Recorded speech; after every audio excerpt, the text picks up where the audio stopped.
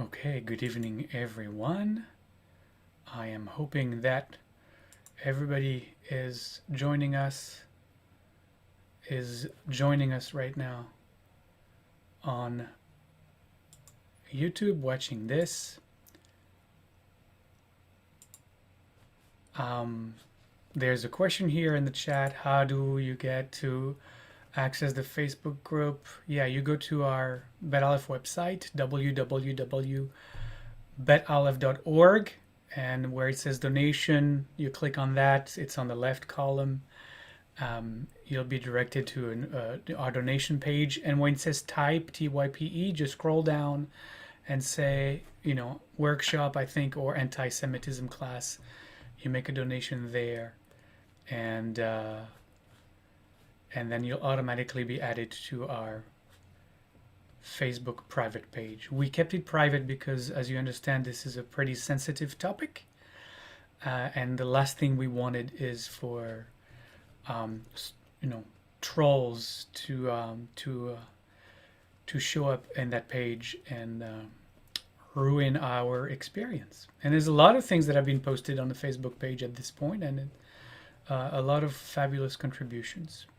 So this is the time for the next couple of minutes where I am going to share that one page with all of those who are our sponsors for this course, and it's just going to take us another minute or so, so that we can just say our appreciation for all our co-sponsors as we do every week. It is such a gift to be able to share this with you, and so many of you are connecting one way or another, either live on Zoom or actually on YouTube. A lot of people are watching on YouTube. We had some of the classes have been viewed more than 200 times, so it's very rewarding, and it couldn't have happened without everyone's support. So thank you to all our co-sponsors. And now we are back live, and we're gonna get started. And we'll start. I think I failed to do that last week.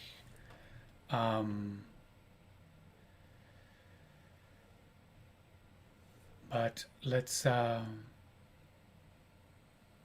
close our eyes for a moment.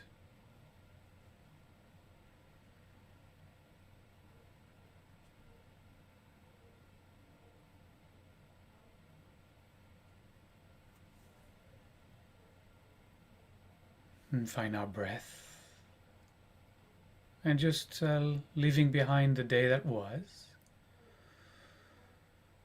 And find ourselves, we're here right now in this space.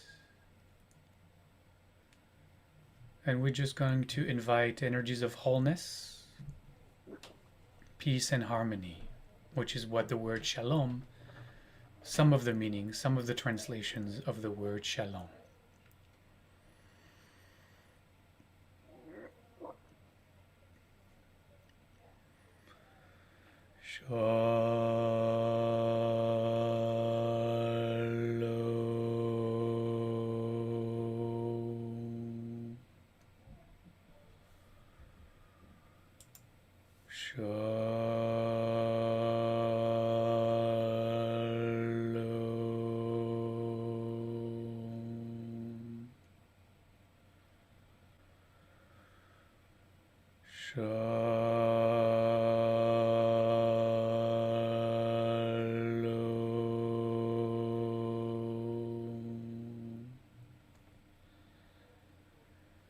יהיו לרצון עם רפי והגיון ליבי לפניך, אדוני.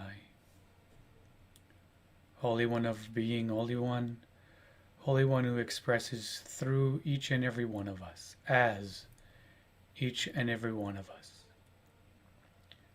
Help us to know your presence in this moment, in this space, between us, within us, around us. that the words of our mouths and the meditations of our heart might flow from the fullness of your being. Adonai Tzuri Vego'ali, Holy One, you are source, and you are Redeemer. Amen.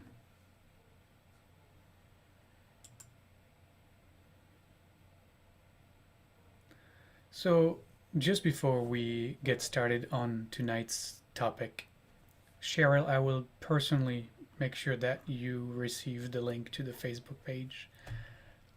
So don't worry about it. I just wanted to share in appreciation of many comments that I received from last week's class. I know you went a little long. I should have told you and say it's going to be 2 hours.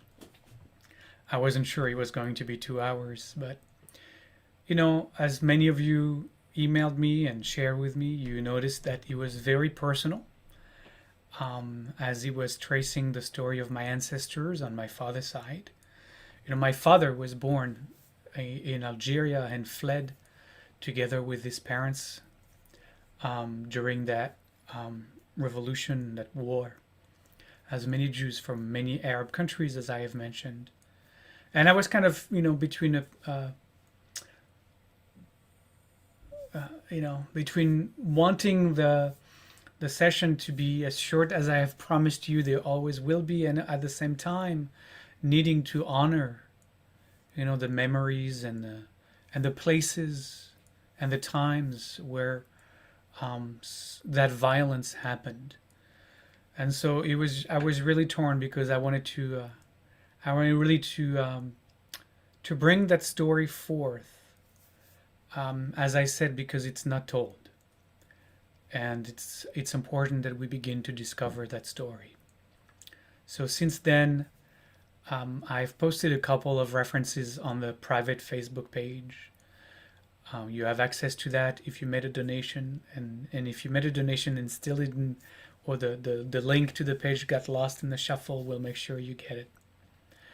And those are worth checking out if that part of the Jewish story is of interest to you. What I've realized as well is that, and I've known that because I've done some research, that there are very few, if any, books or writings about the story of that part of the story of our tribe. And so, I was thinking that I may be one of the last generation who received many of those stories from people who lived through them, namely my grandparents and my dad, my uncle and my aunt actually as well. So I'm going to look into what's out there, maybe mostly probably written in French, in the French language, and see what can be done to publish something to tell that story that deserves to be told. With that, we have to move on. It could have been a 2-session class. I admit that to be the case, but there's so much to discuss. And actually, we are done with the history part of things. It took us many sessions, but we really covered 2,000 years of Jewish histories in many different places of the world. And through that sharing I hopefully showed that what was part of our history, not the totality of our history. Let's not think that the life of Jews was just always pogroms and massacres and displacement. That was not the case, but it was clearly at the center of the Jewish experience. But now I want to spend the last of our session, I think there are 5 left, including tonight, talking about anti-Semitism today. I think this is really why most of us wanted to take this course.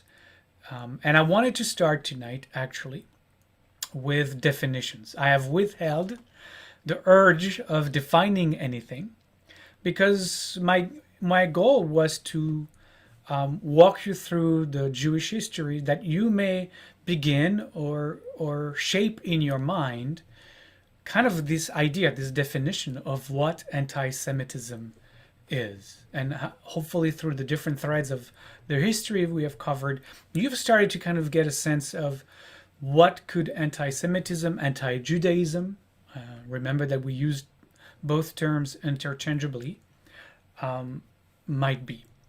And at the same time, I think there has been work that has been done to try to define anti-Semitism more precisely. We are going through the next few sessions to talk and focus especially on taking a close look at America and anti-Semitism. Not that I will ignore other countries in the world. We can't, in the global world we're living in, that is not possible. But I want to mostly look at America as far as the rise of anti-Semitism here. That has a lot in similarities with what we're seeing in Europe. It feels like we're just maybe a step or two behind Europe and catching up a little bit too quickly. We are going to look at America as well because I have this sense, and I think you would agree with me, that it not just concerns you and me directly, but I think as America goes, so goes the world, at least the Western world. And I believe that if we are on the verge of seeing the United States democracy faltering, and as I said in our first session, anti-Semitism is the canary in the coal mine of democracy, then if we're seeing the democracy here at home faltering, then we will be seeing as kind of a domino effect democracies everywhere being in danger. And when democracies are in danger, endangered Jews are in danger.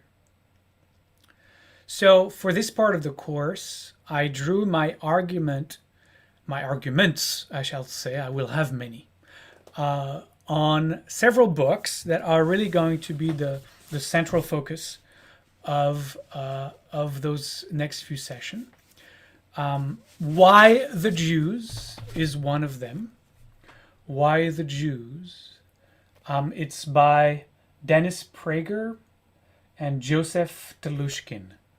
Why the Jews? At the top it says the reason for anti-Semitism. Why the Jews?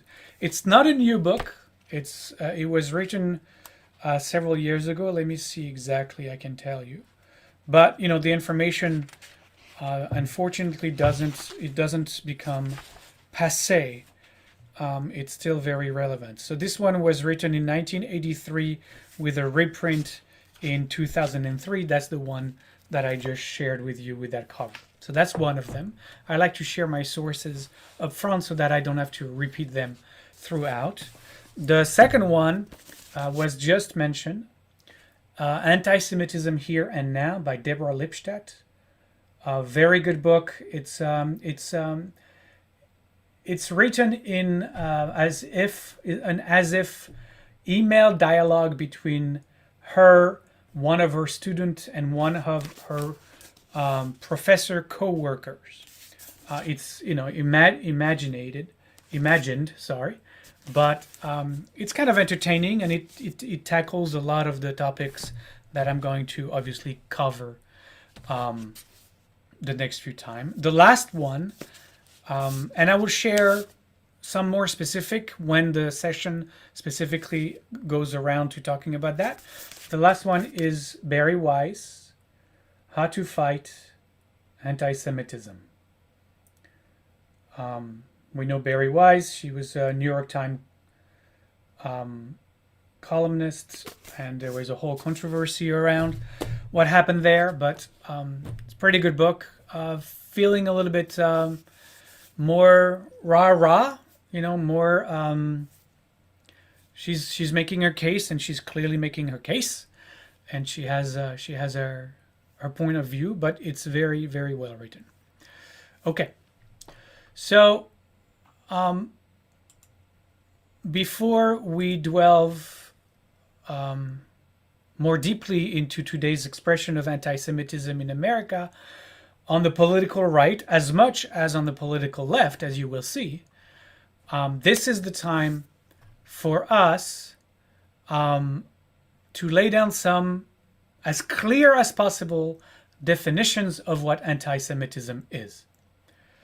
There are no absolute, which is going to come to you as a shock, there are no absolute definition of anti-Semitism that is recognized and adopted the world over. You might be thinking that just that in of itself could be an expression of anti-Semitism, that we're still in a place where people argue, deny, oppose whatever definition happens to be proposed. And over the years, so many have been offered. We have seen time after time governments, especially those who sponsor within and also outside their borders the propagation and dissemination of anti-Semitism.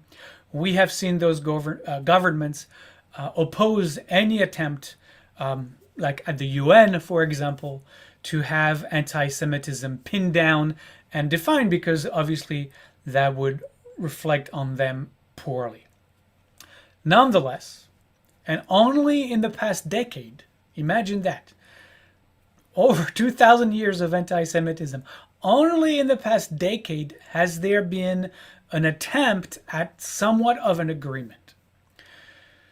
Today, and in fact, only since May of 2016, has the organization called the International Holocaust Remembrance Alliance, the IHRA, has offered a definition that has received, let's say, the most support globally. They state what they call a non-legally binding working definition of anti-Semitism. Those are their words, not mine. As you can see, a lot of trying to buffer any kind of criticism. A non-legally binding working definition of anti-Semitism to be, and I quote, "Anti-Semitism is a certain perception of Jews which may be expressed as hatred toward Jews. Rhetorical and physical manifestations of anti-Semitism are directed toward Jewish or non-Jewish individuals and or their property, toward Jewish community institutions and religious facilities." Again, let me state that again. Anti-Semitism, I will post the link to this organization, and you will have the whole thing in front of your eyes if you need to revisit it. But here it is again. Anti-Semitism is a certain perception of Jews which may be expressed as hatred toward Jews. Rhetorical and physical manifestations of anti-Semitism are directed toward Jewish or non-Jewish individuals and or their property, toward Jewish community institutions and religious facilities. So you may ask yourself, why are, quote, non-Jewish individuals also included in the definition of anti-Semitism? Non-Jewish people who might look Jewish, whatever that means, or behave Jewish, big quote marks here, can also be anti-Semitically discriminated against. So the organization decided to include them as well. To guide the IHRA in its work, they have offered the following examples as illustrations of their definition.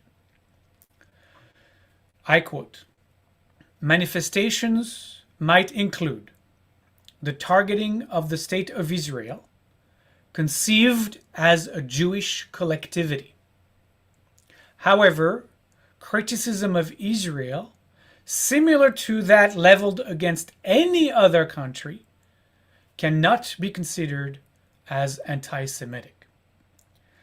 Anti-Semitism frequently charges Jews with conspiring to harm humanity, and it is often used to blame Jews for why things go wrong. It is expressed in speech, in writing, visual forms, and actions, and employs sinister stereotypes and negative character traits. Contemporary examples of anti-Semitism in public life, the media, schools, the workplace, and in the religious sphere could, taking into account the overall context, include, but are not limited to: 1. Calling for, aiding, or justifying the killing or harming of Jews in the name of a radical ideology or an extremist view of religion. 2.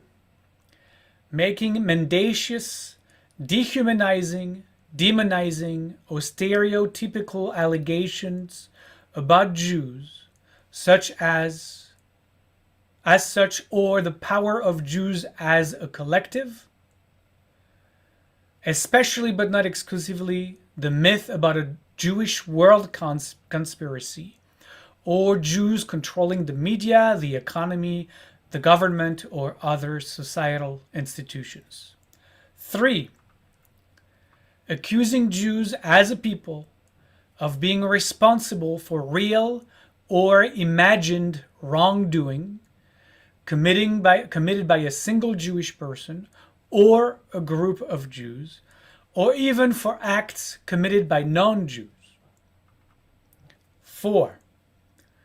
Denying the fact, scope, mechanism, as the gas chambers, for example, or intentionality of the genocide of the Jewish people at the hands of the National Socialist Germany and its supporters and accomplices during World War II, i.e. during the Holocaust. So denying the fact, scope, and mechanism and intentionality of this genocide is considered anti-Semitic.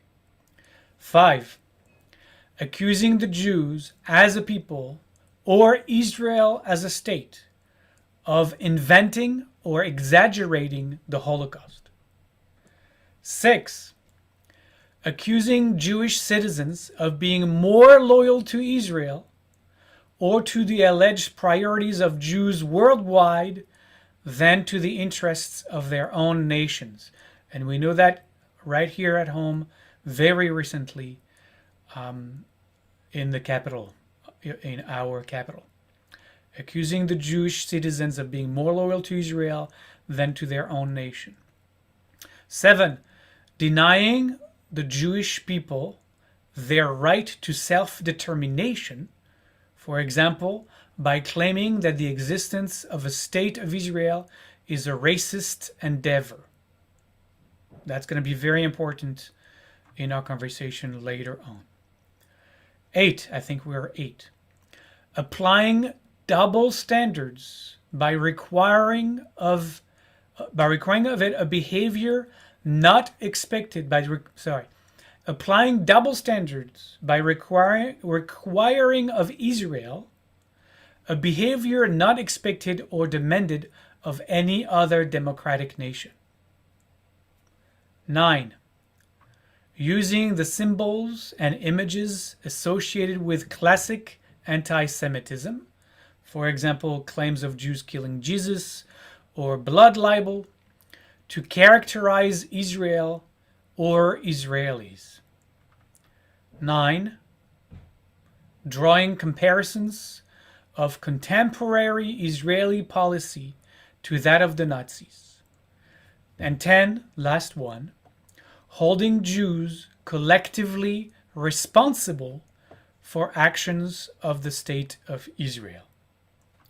So this is a summary of what this organization, the International Holocaust Remembrance Alliance, has offered, and which has been, like I said, accepted by most nations in the world. For those of you who are on Zoom, I am posting that link to their page in the chat room. For those who are not, I am about to show you, and for those of you who are watching, I am about to show you share my screen where you can see that page. So here on the top left corner, International Holocaust Remembrance Alliance. What is anti-Semitism in the body here? So you can just Google if you want International Holocaust Remembrance Alliance, or IHRA, and anti-Semitism definition, and I am guessing you will be brought to this page. If you are on Zoom, you can just click in the link and your web browser will open to that page immediately, and you can take a look at it after the class later this week. Now, this is the official, I guess, the most accepted, globally accepted official definition of anti-Semitism. And that doesn't mean it is all encompassing, and many Jews, non-Jews, historians, professors, have obviously said it's it doesn't go too far enough. I mean, there's always people that are going to go ahead and argue around whatever has been offered. Deborah Lipstadt opens the paragraph on definitions in her book with very lovely, actually, with a joke, an old joke that she quotes from Isaiah Berlin, who defined who answered the question, who is an anti-Semite?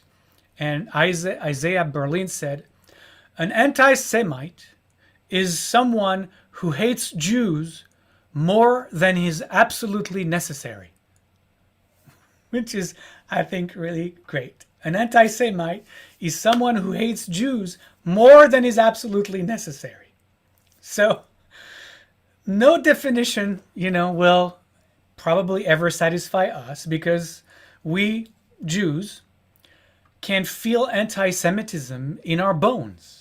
The same way that African Americans recognize racism in their bones, the same way that gay and lesbian people can recognize homophobia, or women can recognize sexism and gender discrimination. So, jokes aside, Isaiah Berlin's actually, I feel, is a very helpful definition, because it meets us, I would say, in the realness of the world. If, as an example that actually Deborah Lipstadt also gives in her book, you resent a person because of his or her actions or attitudes, which, we all do at some point or another, right? But you come to resent that person even just an iota more because that person is Jewish. That is anti-Semitism, right? This iota more, right, is what Berlin called more than absolutely necessary. So, again, if in a conversation between friends, let's say, I'm imagining a scenario, one of the friends complains about a crooked real estate developer who cheated them out of a deal. No problem. That's fine. I mean, that happens hopefully not all the time. But that's not anti-Semitic. But if the complaints turn to a crooked Jewish real estate developer, now that's anti-Semitic, right? You see the difference. Helen Fine, she's a historical sociologist. She adds another element in her definition To her, she says, anti-Semitism is, and I quote, a persisting latent structure of hostile beliefs toward Jews as a collectivity, manifested in individuals as attitudes and in culture as myth. In culture as myth, as ideology, folklore, imagery, and actions.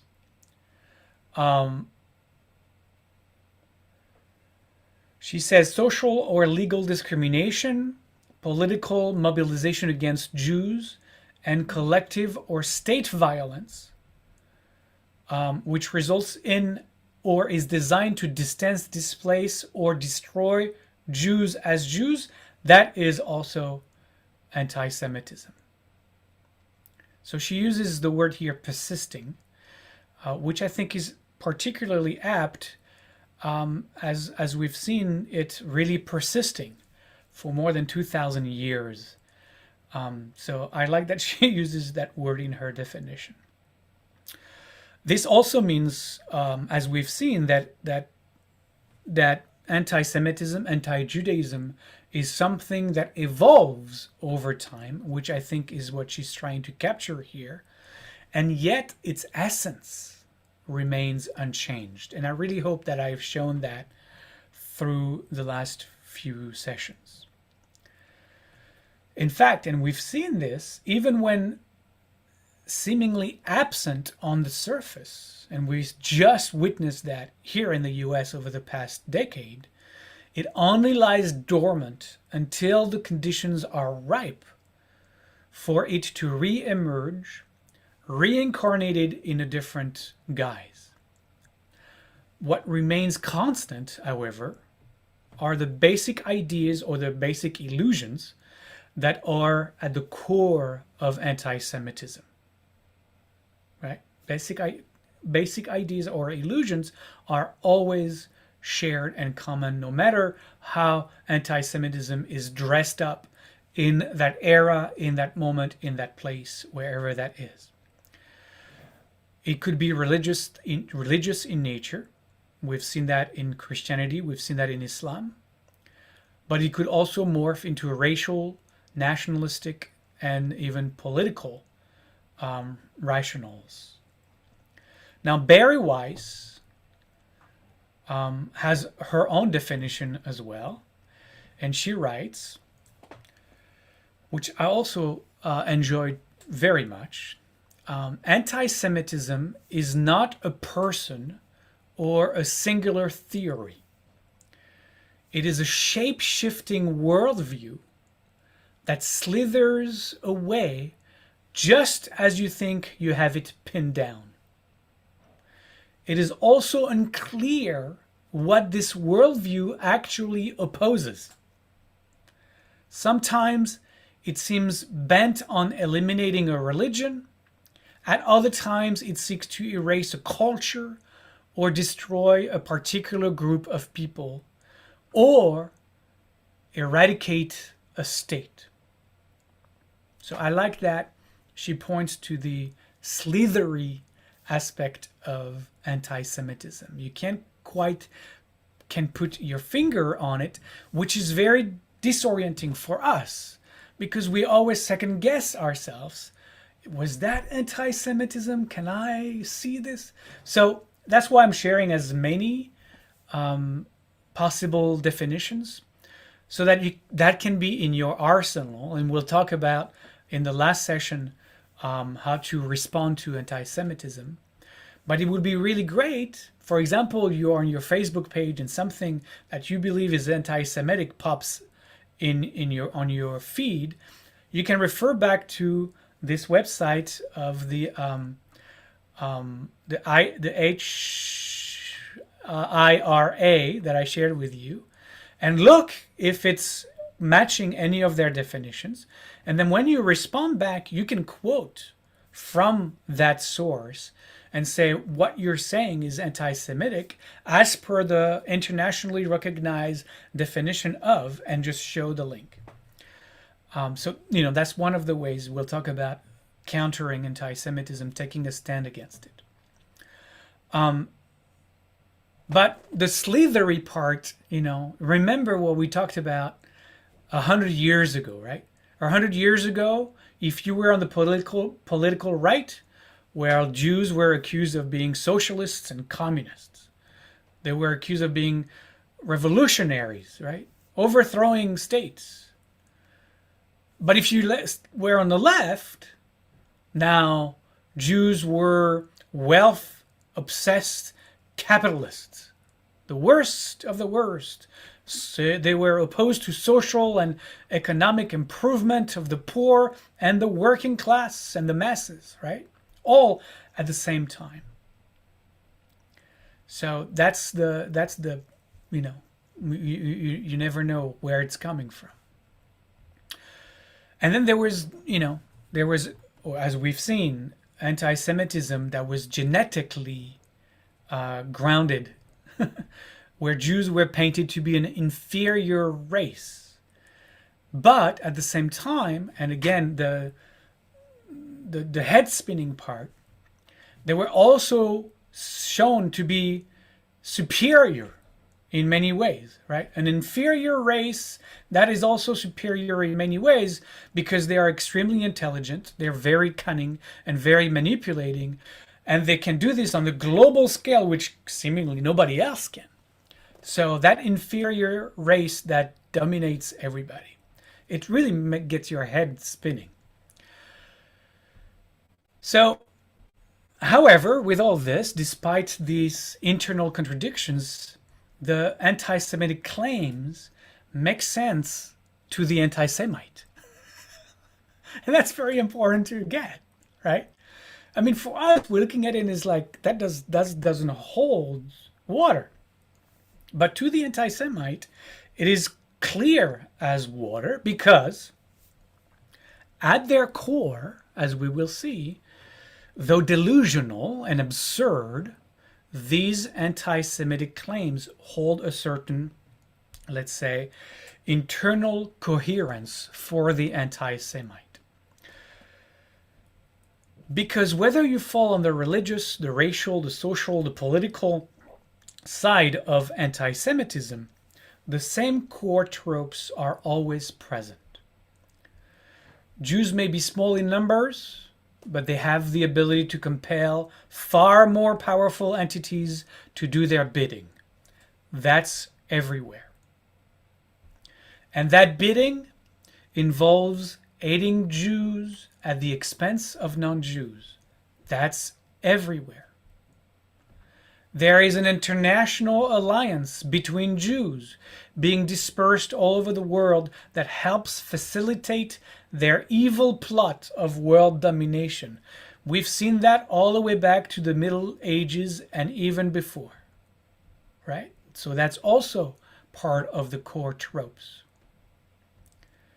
And that started, well, I mentioned the Middle Ages, but really it started with the Jews manipulating the greatest of all empires, Rome itself, if you remember, in the guise of Pontius Pilate, right, where they manipulated him to ensure their demand for the bloody and brutal death of Jesus, right? And having killed Jesus and rejected Christianity, proved the Jews' inherent maliciousness. And Judaism was not just a competing religion, it was the most extreme source of evil. And that trope, the most extreme source of evil, that is also throughout history. It doesn't matter what shape it takes. Communism, the most extreme source of evil. Capitalism, the most extreme source of evil. You name it, always the Jews are there. And so this makes anti-Semitism different from other form of racism and prejudice. Because anti-Semitism is not simply the hatred of something foreign, just like racism is or homophobia is. But it is the hatred of the perpetual evil in the world. The Jews are not an enemy. they are the ultimate enemy. And this hatred is ubiquitous. And it has persisted through the millennia and through many different cultures, places, and historical context. It has been present anywhere Jews have resided and where Jews have not resided, whether they ever resided there or whether they were expulsed and then came back. And it has permeated the largest array of ideology.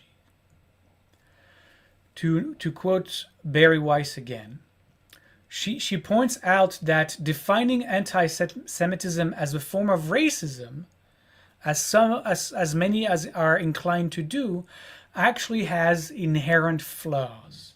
And she asks us actually not to do that, not to define anti-Semitism as a form of racism.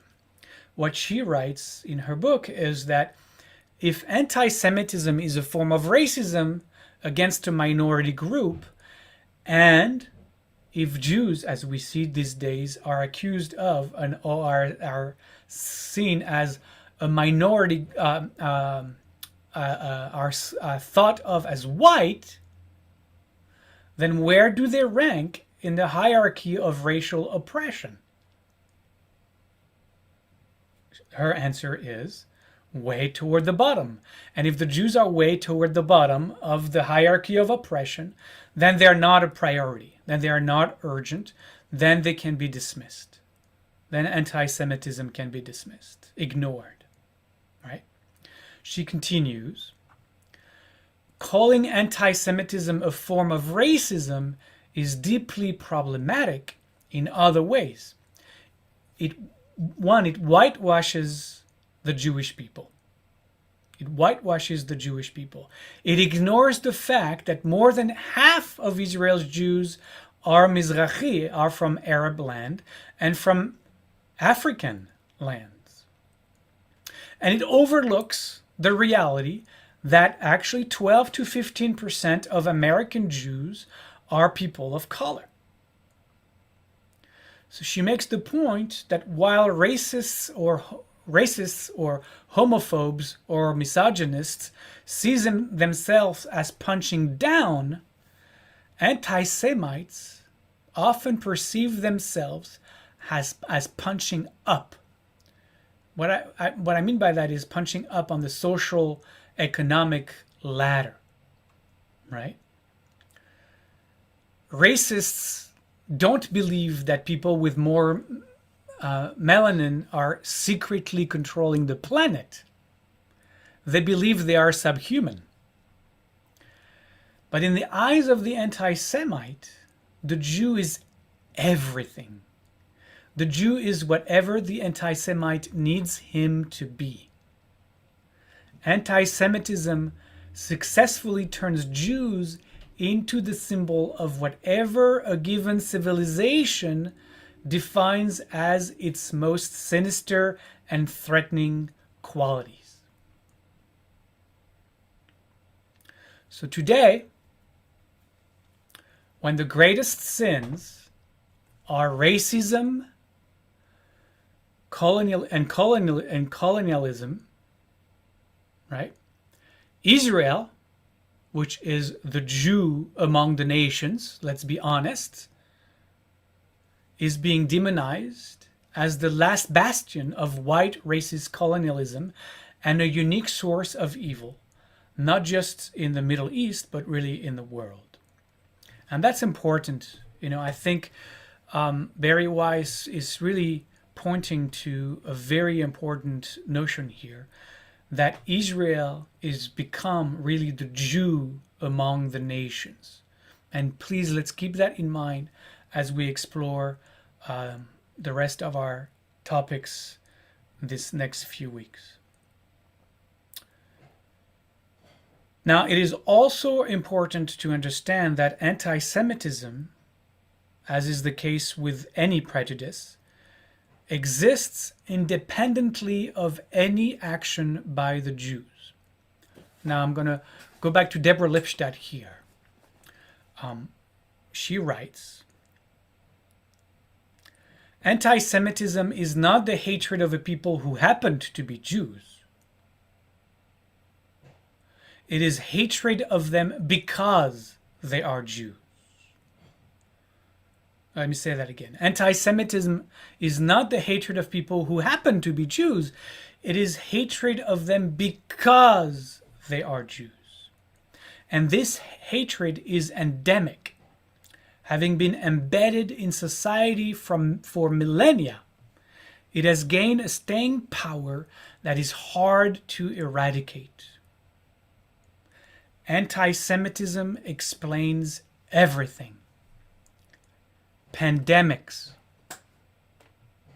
Now, if you don't believe that anti-Semitism shows up with COVID-19, let me just invite you to Google after this class, Jews and COVID-19, and see how many articles you will find. There have been 8 states or 9 states at this point that have been that have witnessed thousands upon thousands of flyers blaming the Jews for COVID-19 from an organization called, I think, something like the Goyim Defense Front.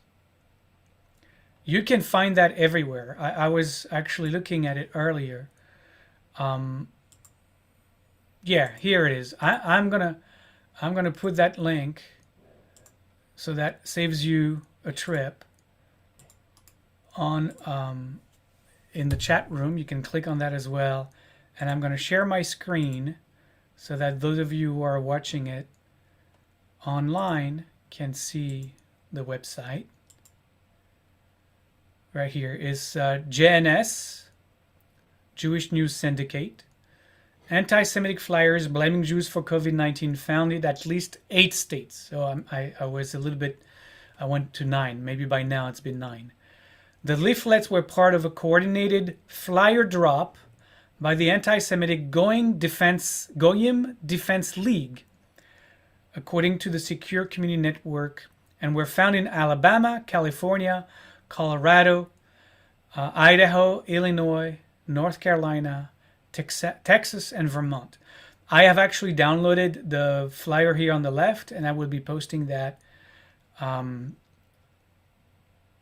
actually, I'm going to be sharing it with you as well. Let me just do that again. I think I downloaded it, so just you can see. Yeah, here it is. So let's do that again. Here it is.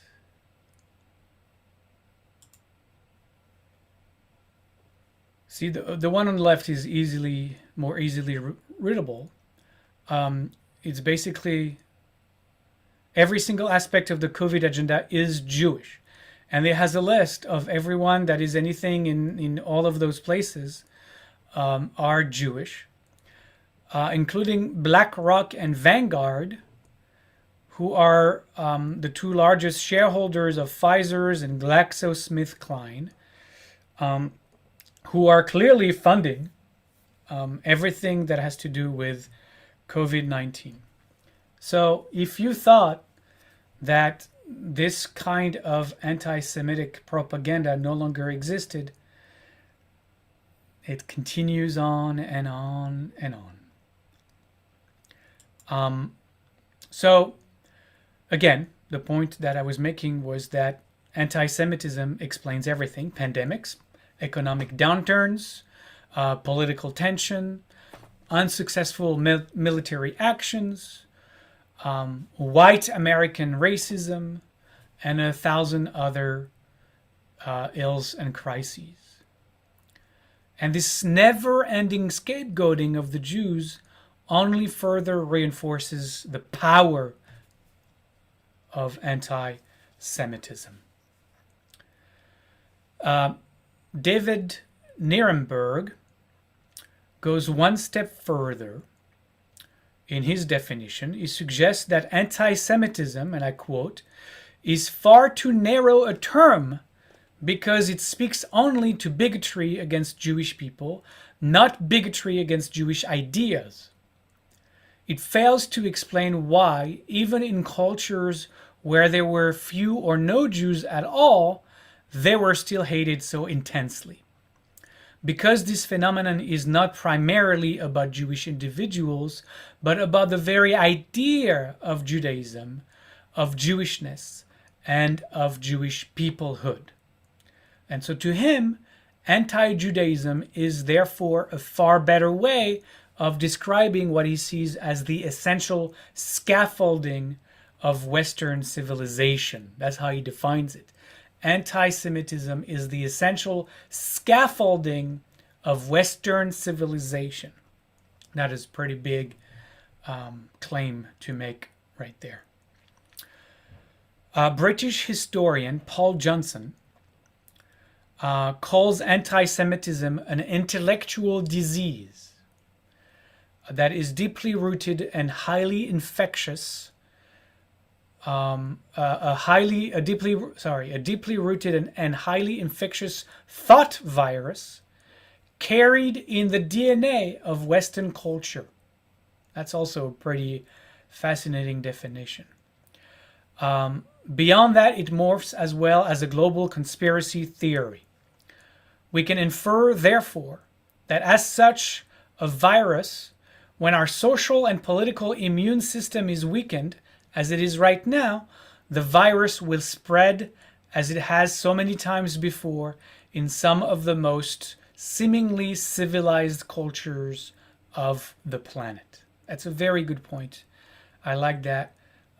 Maybe using the idea of a virus is less palatable for us right now, but I think it's very apt in the sense that, again, saying that our democratic immune system is weakened and therefore the virus is spreading again.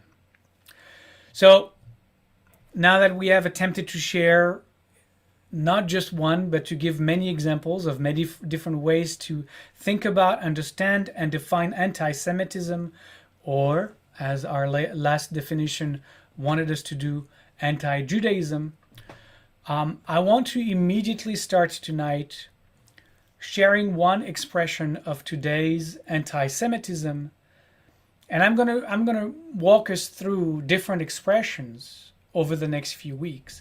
But I want to start tonight with maybe what I would call the most extreme, that is propagated by the people on, let's say, the outer rim of the sphere of influence.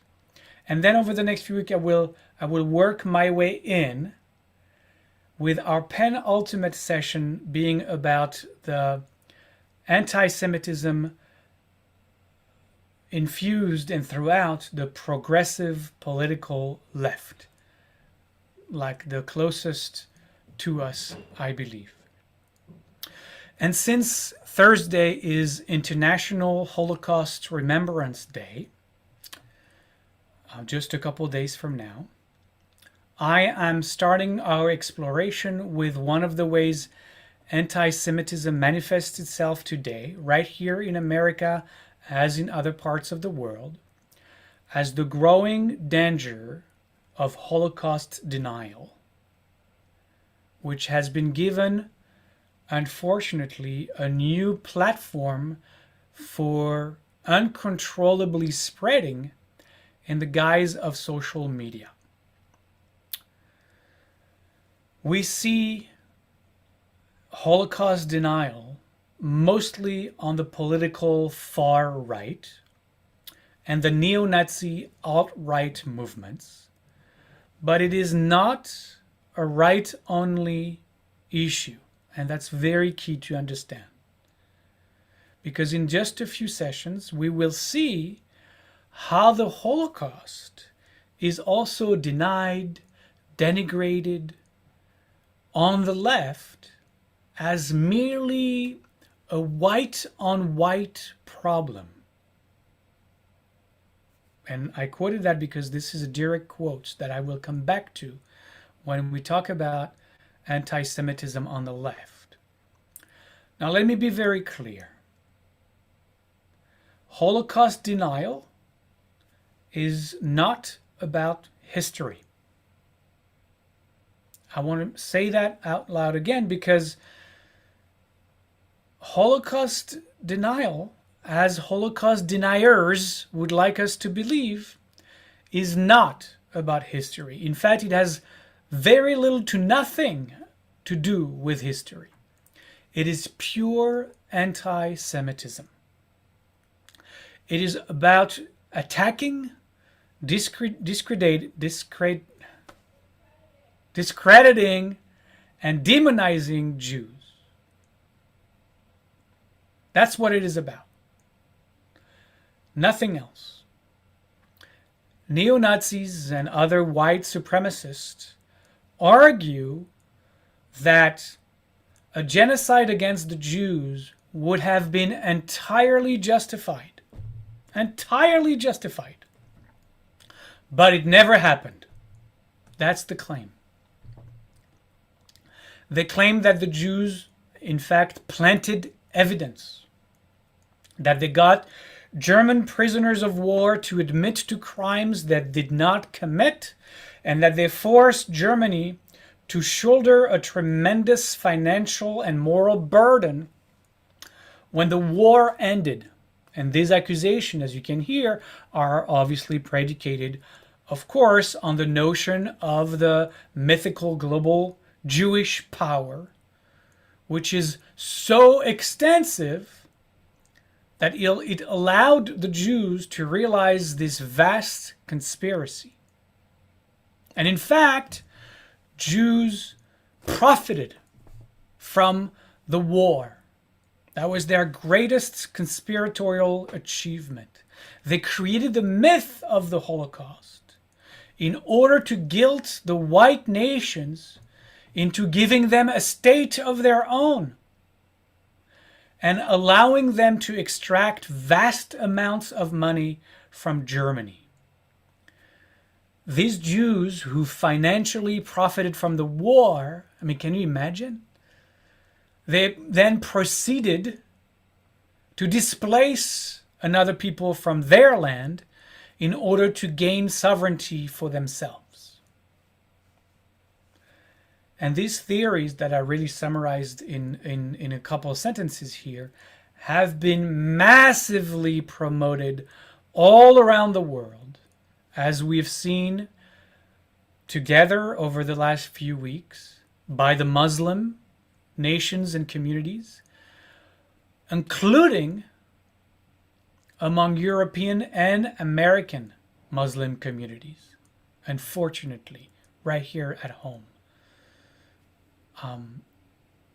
Ultimately, Holocaust deniers are pure and simple anti-Semites whose agenda is to reinforce and spread the very anti-Semitism that produced the Holocaust in the first place.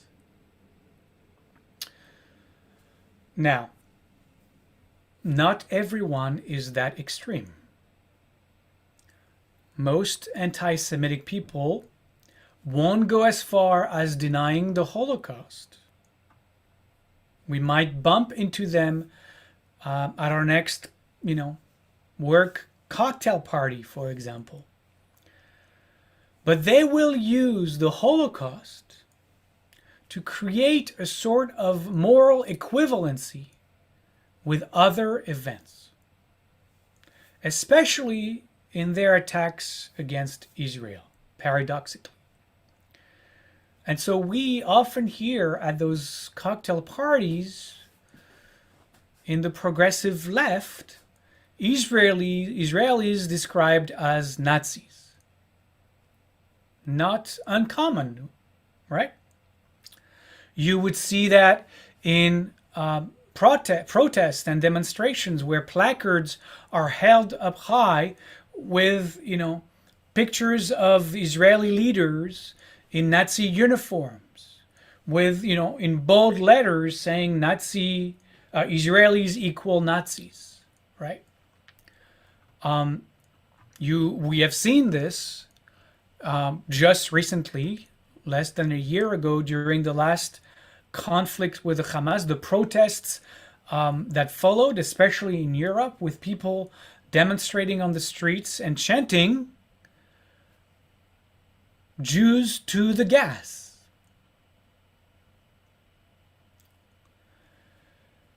In May of 2016, the Venezuelan ambassador asked during a UN Security Council meeting at the UN, and I quote, "Does Israel seek to wage a final solution against the Palestinians?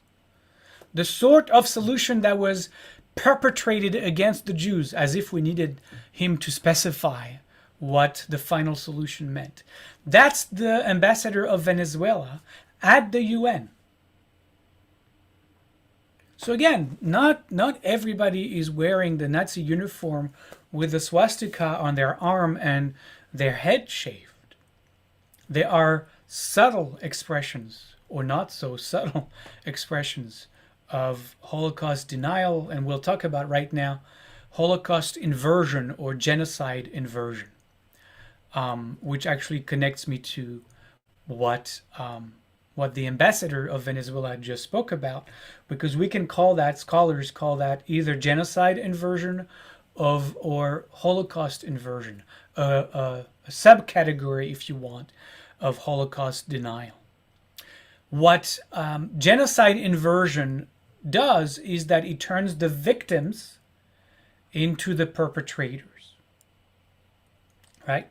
So Holocaust inversion, genocide inversion posits that, yes, what happened to the Jews was truly awful, but look at what the Israelis, remember the Jew among the nations, look at what the Israelis are doing today to the Palestinians. They call out the Nazi-like tactics of the Israeli army. I'm giving you examples, right? Because, those are going to pop up very, very soon. They may pop up in your inbox tomorrow, in your Facebook tomorrow. The Nazi-like tactics of the Israeli army. So if you're not sure, now you know this is anti-Semitism, right? That's why I'm giving you all of those examples, right? It's a certain kind of anti-Semitism. It's Holocaust denial. It's Holocaust inversion. That's what it's called. Now, when you read the words like, or the accusation, aren't the Israelis doing today to the Palestinians, just as awful than what happened to them? Aren't the Israeli army tactics Nazi-like? You hear the words pregnant in the silence between the words. You can hear in the background a justification of the Holocaust. Can you hear that? It's really a covert accusation, but it's really saying, those accusations are saying, look at what those evil Jews are doing today. Hitler was right about them. That's what it's saying. Look at what those Jews are doing today. Hitler was right about them. Also, if that was not enough, they are drawing a direct equivalency between the systematic mass murder and genocide of an entire people, attempting to be of an entire people, to the Israeli-Palestinian conflict, which are light years away from each other. They're not in the same ballpark. They're just, it's not, you can't make a direct link to those two events. You can totally disagree with the policies of a given Israeli government with regards to the Palestinians. And the truth of the matter, almost 50%, maybe more, of Israelis actually do. But to equate this with a genocide is pure and simply rabid anti-Semitism. So do not equivocate. If that's an accusation that you hear, just know this is anti-Semitic. Now, many people who make these accusations will defend their remarks, will defend their positions, and say, no, it's not anti-Semitic because, they really concern Israel specifically. They don't. It's not about the Jews in general. That's the argument they will make, right? It's just about the Jews who are doing these horrible things, right? So I'm not anti-Semitic. But their accusations against Israelis, which, if you start digging into their concept, are not very differentiated from the Jews, right? Those accusations harken back to medieval anti-Semitic accusations of Jews as the plague meant to exterminate non-Jews and take their possession, take their land, take their business over. Right? Just eradicate that other people. That's the Jews. That's the Jews' purpose. That's their goal, ultimate goal. So you can say, oh, they are just the Israelis. But really, that underlying that is exactly the same accusation. And, this is not a new post-Holocaust idea.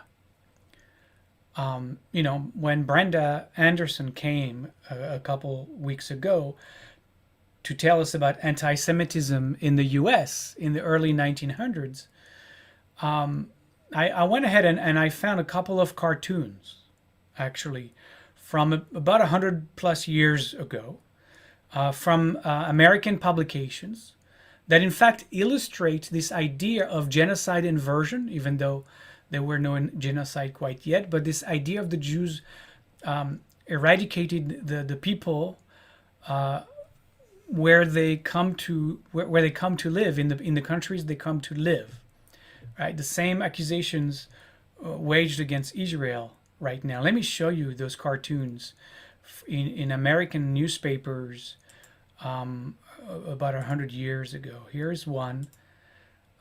It's called "The Dream of the Jews Realized." So what do you see? I'm going to see if I can make it a little bigger. Here. You see all those Jews at the center of town celebrating. There's only Jews. There's nobody there. There's nobody else there. On the banner here in the middle that's floating in the wind, it says, "We own the town. Don't forget to buy your something," right? So the Jews own, and there is a call to buying something. Here on the right, you see those Jews who are taking down the signs. Well, this town used to be where John Smith, the good Christian, who had, who sold dry goods since 1820. Right now it's replaced by, see those Jews at the top there? It says Moses, Einstein, Eckstein, and Son. So that is, being replaced. On top of the building there, on the left, top left, jewelry, Lippheim something. Sweinstein on the other building, right? So the Jews have taken over this village, this town. There was another one. Let me see. We've seen this one.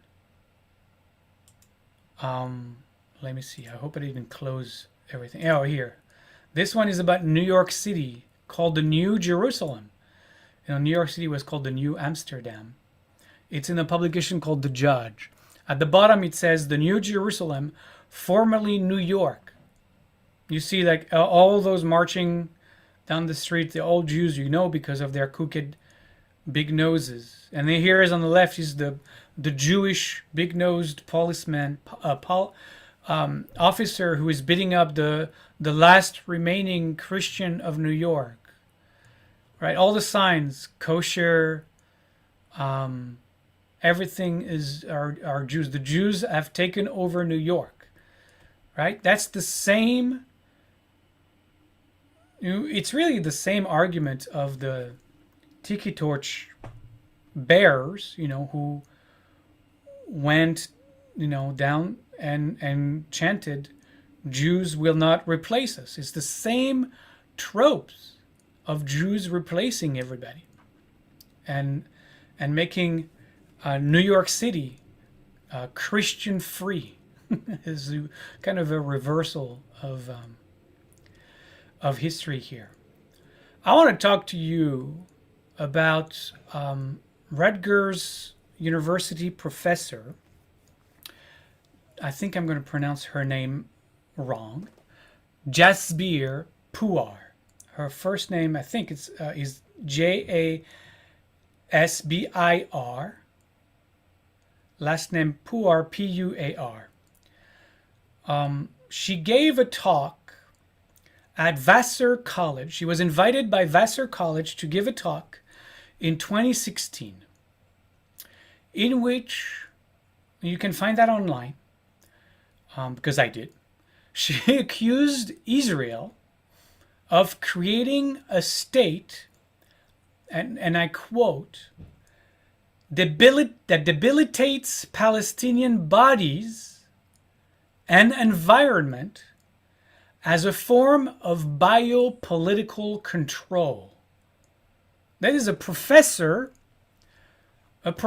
from Rutgers giving a talk at Vassar just 5 years ago-ish, and saying this out loud in one of the amphitheaters of Vassar. Israel is creating a state that debilitates Palestinian bodies and environment as a form of biopolitical control. Her name is Jasbir, Jasbir. Last name Puar, Puar. Somebody was asking in the chat. She continues. Israel collects body parts, Palestinian body parts, for medical experimentation, and dismantled and dismembered Palestinian bodies for gendering, ungendering, and epigenetic deterioration. She continued, because of its desire to engage in biological hacking, Israel chose not to kill Palestinians, but maim them so that they could be used for medical experimentation.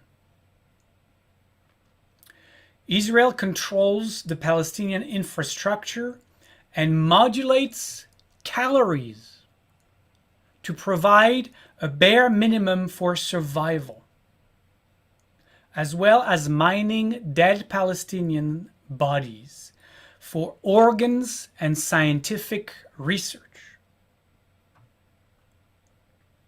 End quote.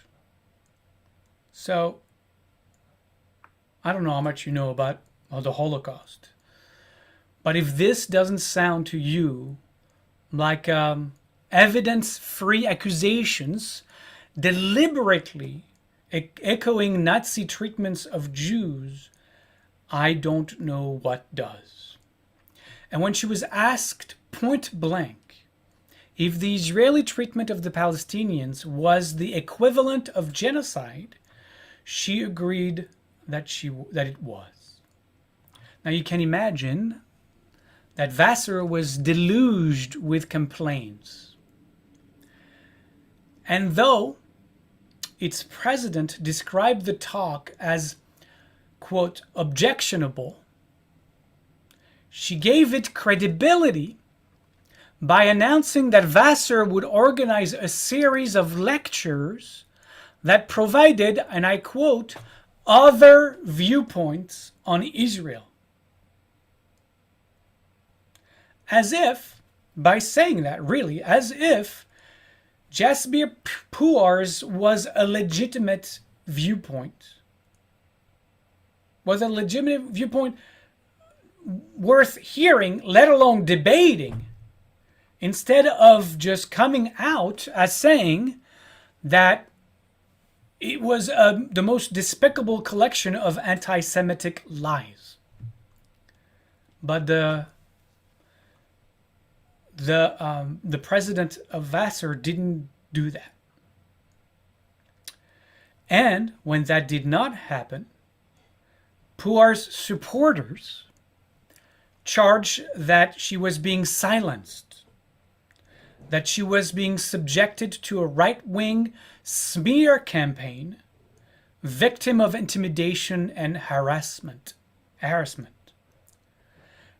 Jason Stanley, who is a professor of philosophy at Yale, publicly condemned Puar's detractors as attackers of leftist ideology. And we'll talk about this extremely dangerous problem of anti-Semitism with the left being anti-free speech.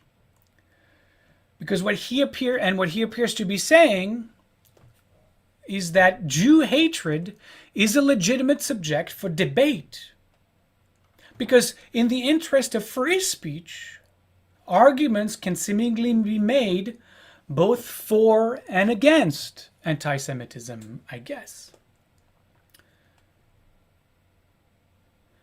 And so we see as a pattern that when criticized for anti-Semitic remarks, Holocaust inversion promoters immediately cast themselves as the victim of pro-Israel hacks, well-orchestrated campaigns by the Israel lobby to smear anyone critical of Israeli policy as anti-Semitic. That is their default mode of defense. What they are doing is that they play politics with the Holocaust by accusing Jews of playing politics with the Holocaust. They engage in victim competition, right? They engage in victim competition by accusing Jews of engaging in victim competition. And so this is the most slippery and dangerous form of Holocaust denial.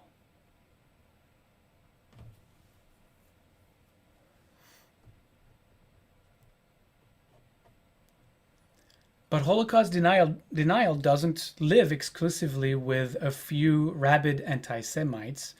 It is also appearing nowadays in the former Soviet bloc countries who, in the last several decades, freed themselves from communism only to swing to the complete opposite side of the political pendulum and came to elect parties in power with strong nationalistic orientations.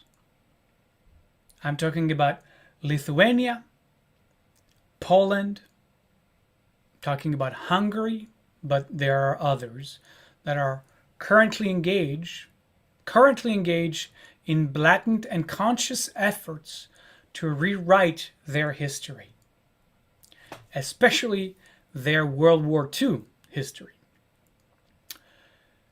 And even if one could wonder if their motivation is really anti-Semitic, the end product absolutely is. Now understand that this new elected, sometimes even in power, this new anti-communist parties, these new nationalistic groups are the ideological and political inheritors of the nationalist groups which in fact collaborated with the Nazis during the war against the hated Soviet communists of the time. Right? We have to understand that those groups still survived all these years. Sure, they went underground, right? But those organized groups that fought on behalf of the National Socialists' fascist ideal against the communist Russians, Soviets of the time, they didn't poof out of existence at the end of the war. They didn't, dissolve themselves because of the several decades of communist rule in their country. They've always been there. And they were the source, the spark, and really the energy that now has infused those parties in the ex-Soviet bloc. And they are those who were against the evil Soviet communists then, and they are still those who are against this evil socialist and communist and leftist today. And who is behind all of those evil groups? The Jews. Always the Jews.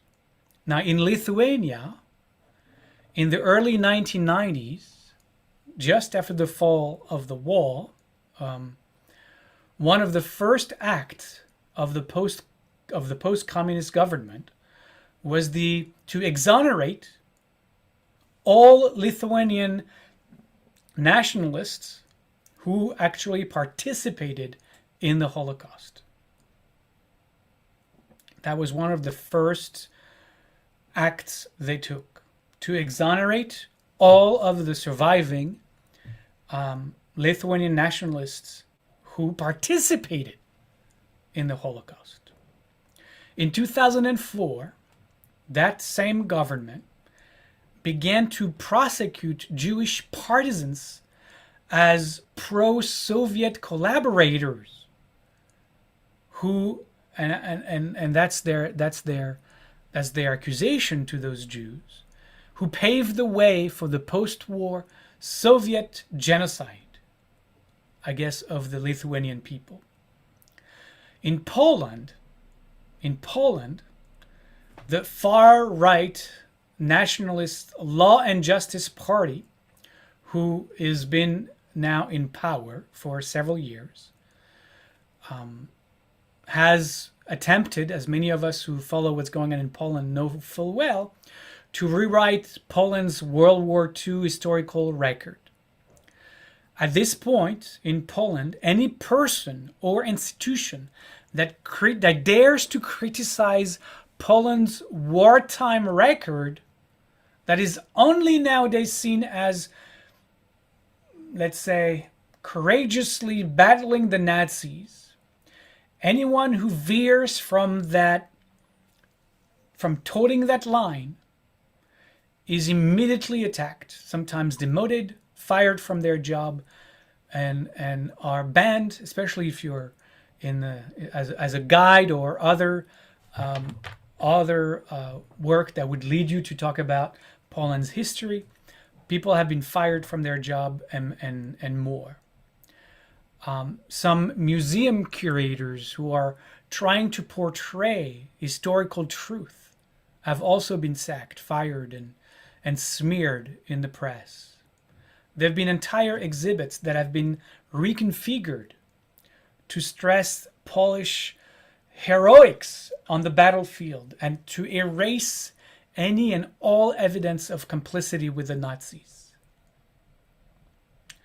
In February of 2018, just 4 years ago this month, the Polish parliament adopted legislations making it a crime to publicly claim that the Polish nation bears any responsibility for crimes committed on its land by the Third Reich during the Holocaust.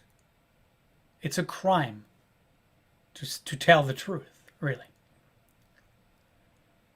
And as with other laws that are of the same kind, this one, maybe above all, is really an attempt at completely obscuring Poland's long history of anti-Semitism, as we have seen, one that has persisted even after World War II, as we saw when Brenda Anderson shared that part of Jewish history a couple weeks ago. But this law did something else. What it did is that it helped drudge up anti-Semitic sentiment. It opened the gates, the floodgates. And suddenly anti-Semitism seemed to be everywhere, throughout social media, on television, in the press, all of which, especially the press that supported the government, and in Poland at this point, a lot of the media is single-party controlled, and they went on the offensive and accused outside forces, and Jews in particular, who control obviously the outside forces, to prevent Poland from telling the truth about its own history, those Jewish outside forces. Even the Polish prime minister argued, listen to this, that's a direct quote, they were Polish perpetrators as they were Jewish perpetrators, as they were Ukrainian perpetrators. It sounds so familiar of those people who say that they are, bad guys on both sides. So familiar. Just if you're wondering if bad guys on both sides is or isn't anti-Semitic, it is. Last stop in Hungary with Prime Minister Viktor Orban. And he has been, can't blame him, very consistent in his effort to diminish, if not deny, altogether the role of Hungarians in the murder of almost the totality of Jewish Hungarian community during the war. Now I understand Hungary was a wartime ally of the Nazis, even though they did not engage in the war that much. And they, on their own, managed to attack their Jews in pretty radical ways during the war. But in March of 1944, Germany invaded Hungary and established quickly a puppet government. It was quick because they kept pretty much everybody who was in the previous government in their place. And historians are talking about the enthusiasm with which those officials carried out Nazis' orders, which spelled the end of Hungarian Jews almost altogether. Who was in charge of the deportation of the Jews in Hungary? His name was Adolf Eichmann. We know his name. He was in charge to deport the Jews to the death camps. And he had a problem because he was only given a few hundred SS to be under his command. And he saw his task as being nearly impossible. But, and that's a very disturbing but, he was, let's say, enthusiastically, I'm going to use that word again, assisted by the Hungarian police, the Hungarian militia, railway officials, and countless private citizens. And with their help, thank goodness, in just 7 weeks, Eichmann deported 500,000 Jews in 7 weeks, thanks to the help of the good Hungarians who just jumped in at the opportunity. Only a few thousands escaped the gas chambers of Auschwitz. But Orban, if you listen to his speech, and he's given many, has always depicted Hungary as a victim of the war, not a perpetrator of crimes, a victim of the war.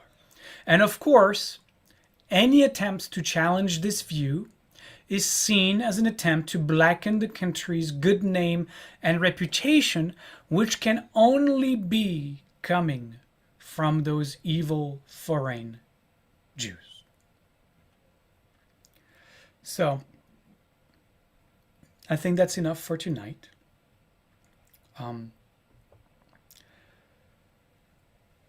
I'm aware that we have started looking at the political right and modern anti-Semitism. Talking about neo-fascists, nationalist parties of Europe, the alt-right and the neo-Nazis, the growing white supremacist groups here in the US. We'll talk soon about the fact that it's not just reserved to those far right or far left. We'll see later on. It is very quickly gaining ground and moving more and more to the center, which is very problematic to say the least here in America. Next week we'll continue with an expression of anti-Semitism on the political left. I want to be an equal opportunity attacker or caller outer of anti-Semitism wherever we find it.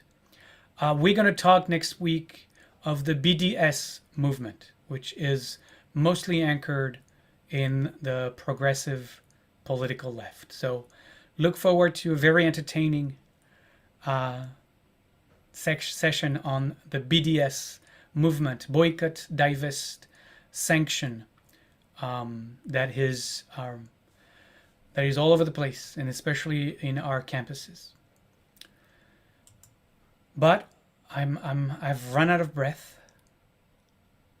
and it's time for us to close. See, not too bad. 8:35. You're welcome. We covered a lot of territory today. We looked at, 24 definitions of anti-Semitism. You might want to rewatch this later to kind of, download all that I have shared with you. And we talked about Holocaust denial and Holocaust inversion. Very important parts of anti-Semitism today. With that, we'll close with a shalom. Before shalom, I want to, we have a few minutes, since I'm so proudly saying that I'm ending on time. Maybe for a couple of questions. We couldn't do it last week, so let's do that right now. Just raise your hand and I'll call on you. Hadia. I didn't know I wanted. Thank you. I would like, if you can address next week when you're on the left. I know many Jewish people here in Seattle that are anti-Israel and for Palestine, and I don't understand it to be that late. And if you could address that, if you know. I will address that, the dangers of political on the left. That will be our penultimate class. And I believe that will be a 2-hour class. So I'm already telling you, so that you can plan for that evening to be 2 hours. I will spend a lot of time on that. But next week already, you will see a lot of that coming through when we talk about the BDS movement. Okay, thank you. You're welcome. Sherry. So how do we respond to the problem with Israeli politics? We'll talk, so that will be the last session of our course. And I will talk about that at length as well. But one quick reply, when Israel does something that is not on par to the ideals, its own self-proclaimed ideals, where it denies its democratic nature.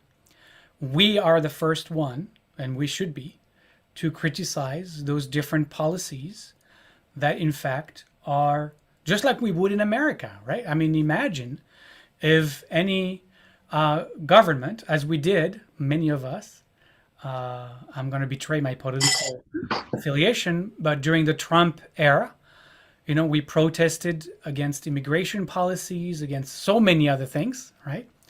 Then we have a right and a duty as people who love Israel, to call Israel out when it does, when it implements horrible policies. That is not anti-Semitic. That is justifiable. I will talk about when and where it becomes anti-Semitic. That is not. It is a legitimate critique. We are, as so far, American citizens who have free speech are at liberty to criticize a government as Jews that is close to our heart.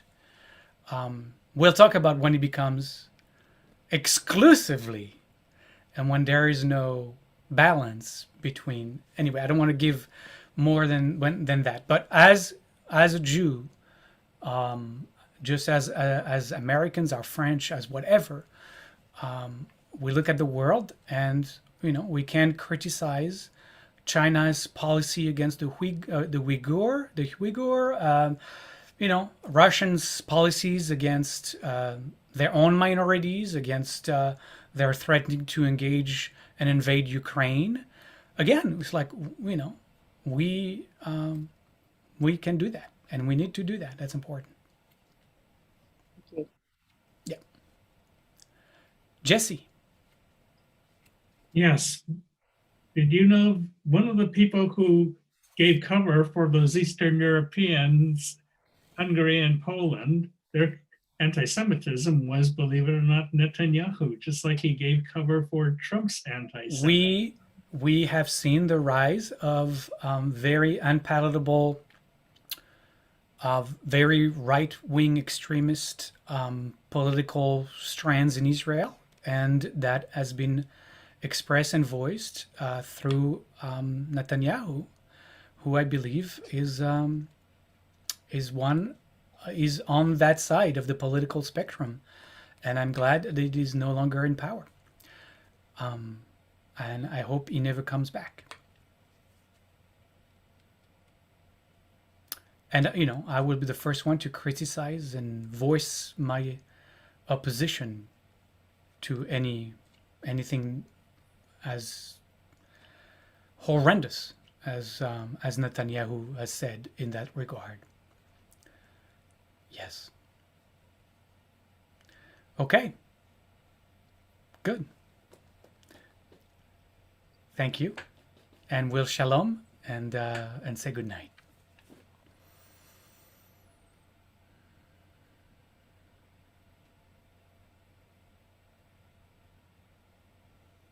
And just in appreciation for your presence,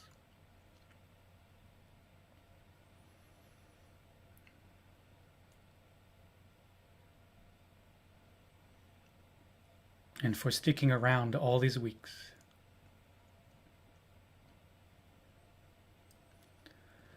Shalom.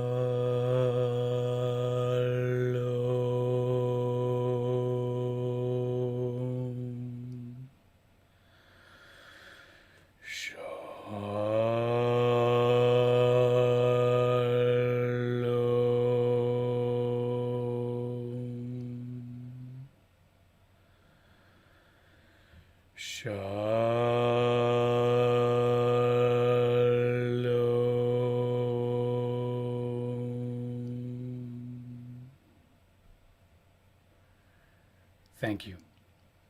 Good night. Thank you. Thank you very much. You're welcome. Thank you. Bye-bye. Hey, and Thank you. Good night, Olivier. Good night. Thank Thank you. you. Thank Thank you. you. Good Good night. night. Night. Toda Rabah.